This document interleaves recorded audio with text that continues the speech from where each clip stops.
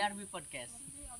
Sebelum itu, di sini akan mengundang salah satu anggota Siswa Labuana Citra. Nah, sebelumnya juga perkenalkan nama Akang Muhammad Rizky Febrian, nama rimba Akang Oa. Kenalkan, nama Tete Farihasi Ramadhani, nama rimbanya Kiri. Nah, saya mau nanya teh, jika nama rimba berfungsi buat apa teh? Kalau nama rimba itu untuk digunakan saat turun ke medan lapangan. Kalau kiri artinya apa teh? Kiri itu ada anak anjing. Gitu ya. Nah, jadi di sini di podcast kali ini Teteh mau bawain materi apa teh? Materi PPGD. Pengertian PPGD apa teh? Jadi PPGD itu disingkat yaitu pertolongan dan penanganan gawat darurat. PPGD sendiri adalah pertolongan pertama pada saat terjadinya kecelakaan. Nah, tujuannya PPGD itu untuk apa sih teh? 1. Mencegah infeksi. 2. Mencegah pendarahan yang lebih lanjut.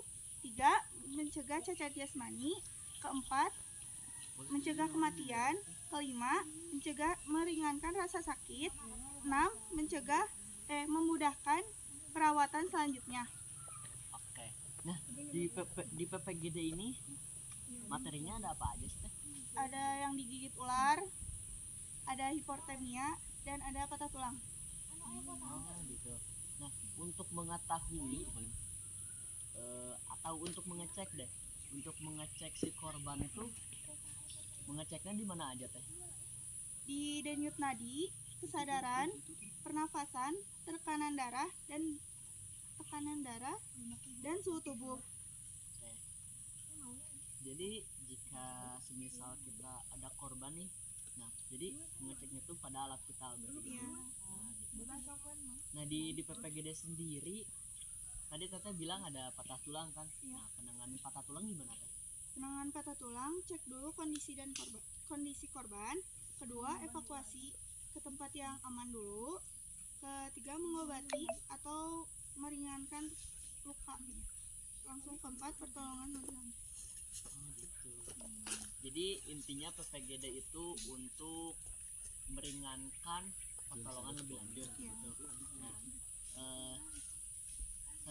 saya mau nanya juga teh. Saya kan cukup awam lah ya untuk penanganan yang digigit ular itu gimana? Nah, gigitan ular itu bisa dibagi menjadi dua. Ada yang racun dan ada yang tidak. Kalau yang racun biasanya giginya 2 taring, terus bentuk kepalanya segitiga, dan mata atau pupilnya lonjong, dan gigitannya ada 2 kayak taring.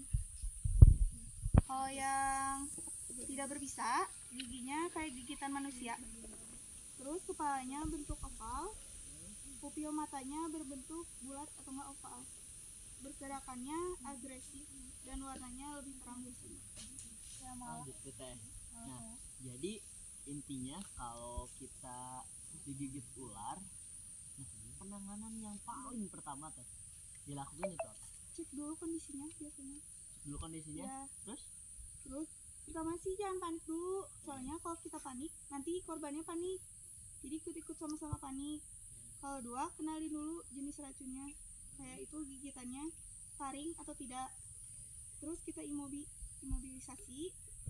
Nah, sebelumnya imobilisasi itu apa teh? Untuk mencegah racun yang kemana-mana. Misalnya nanti kan misalnya racunnya di sini. Ya. Kalau digerak-gerak pasti ke sini. Pasti menyebar gitu. Pasti menyebar. Nah, buat cara mengimobilisasi yang baik dan benar itu gimana teh? Biasanya pakai kayu. Pakai kayu. Ya, terus pakai kalau ada shell atau enggak mitela. Kalau nggak ada semisal nih, nggak ada shell atau mitela, kita bisa pakai apa? Pakai kain atau enggak baju kita dirobek langsung bisa diikat. Jadi emang PPGD ini luas ya. Ya. Nah, untuk mengevakuasinya itu kita apakah korbannya digotong atau menggunakan alat tertentu teh? Ada alat tertentu yaitu tandu namanya. Tandu. Ya. Kalau tandu cara pembuatannya gimana teh? Tandu tuh ada 2 jenis. Ada yang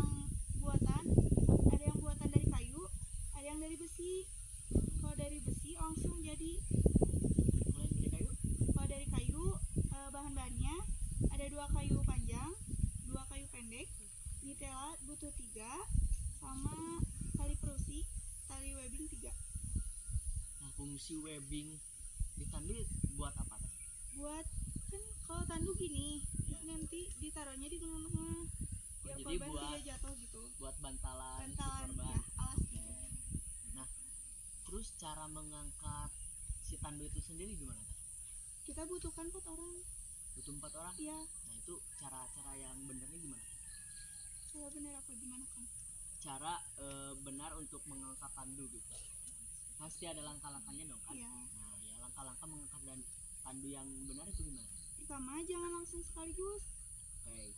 Langsung setengah dulu, setengah segini.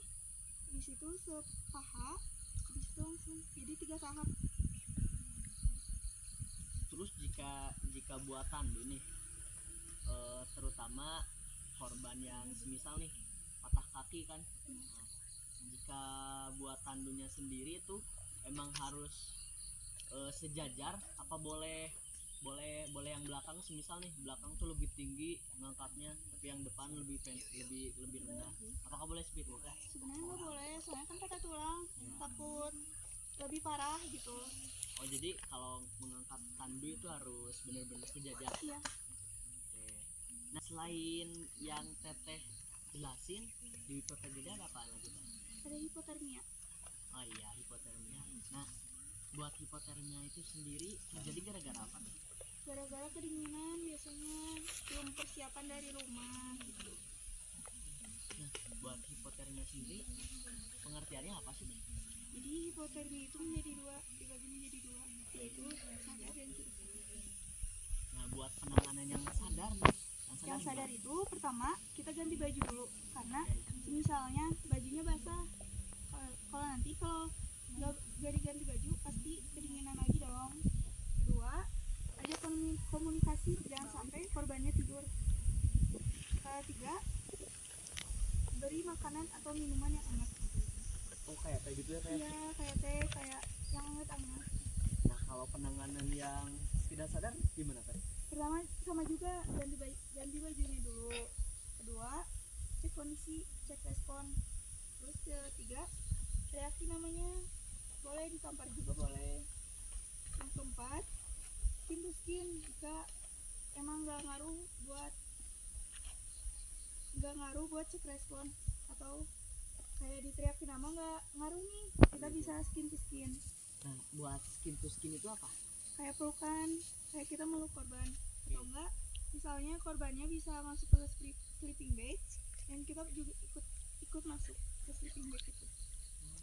Gitu ya. Nah, saya mau nanya lagi nih Teh. Kan di PPGD itu ada banyak sekali ya materi. Hmm. Nah, materi yang sangat Teteh suka materi apa? Tandu, kayak hipotermia juga lebih suka.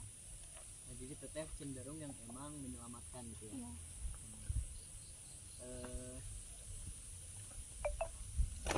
Di PPGD itu untuk langkah-langkahnya apa emang langkah-langkah seperti yang Teteh jelasin atau emang ada langkah-langkah yang khusus gitu?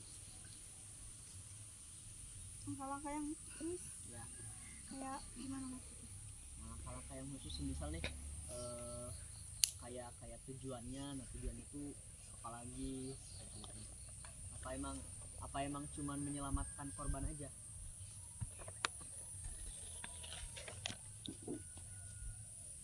Sebenarnya ada lagi aspek-aspek gitu yang kita harus perhatikan di diri kita juga. Kayak Satu, tidak panik, jangan panik. Kedua, percaya pada kemampuan kita sendiri. Ketiga, perhatikan pada lingkungan. Keempat, orientasi medan terjadinya kecelakaan. Lima, ada sebab dan akibat. gitu ya. Nah, buat Teteh nih, kenapa sih Teteh memilih materi PPGD? Karena PPGD itu saling tolong menolong pertama. Kedua juga emang lebih suka kedokteran. Ya nanti kuliah juga mau kedokteran kebetulan kan. Gitu. Ya, Oke. Mungkin dicukupin aja ya Teh ya. boleh. Mungkin dari podcast kali ini kita cukupkan saja. Kurang lebihnya mohon dimaafkan. Jangan lupa like. Mungkin dari perbincangan ini ada yang masih kurang atau apa, mohon dimaklumi. Jadi dari kita terima kasih.